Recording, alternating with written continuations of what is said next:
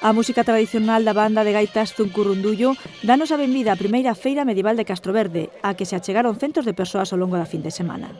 Moi ben, está para que veña moita xente a conocer Castroverde.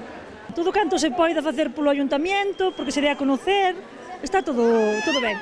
Pero ademais de coñecer Castroverde, a feira foi unha boa ocasión para mercar os produtos artesanais e gastronómicos que se puxeron á venda na carpa instalada polo Concello.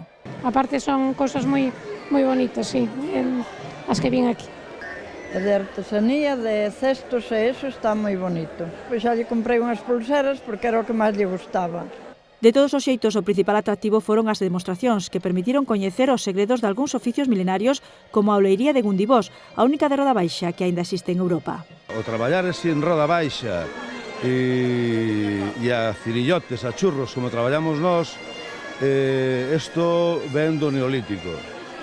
É dicir, castrexo, neolítico e anda, non? A roda alta utilizaron a máis romanos e árabes. Doutros, como de cestería, que cada vez ten máis seguidores, aínda que cambien os usos. Nos estamos facendo con castaño, con bimbio, son materiais que na época medieval existían e agora siguen existindo. O mellor cambian un pouco as formas ou, sobre todo, os usos que lles damos agora.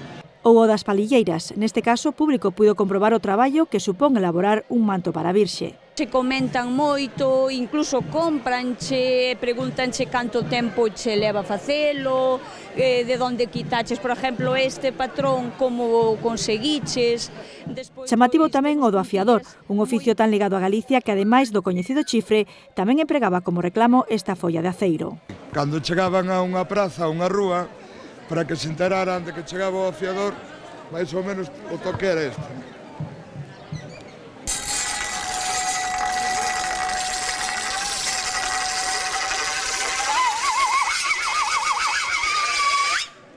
Afiador e parogui. Polo menos para que poidamos ir recortando algo desto e os chavaliños novos que vexan como se fadían así as cousas por Galicia. Manter vivas estas tradicións é precisamente un dos obxectivos de iniciativas como a recén estreada Feira Medieval de Castroverde.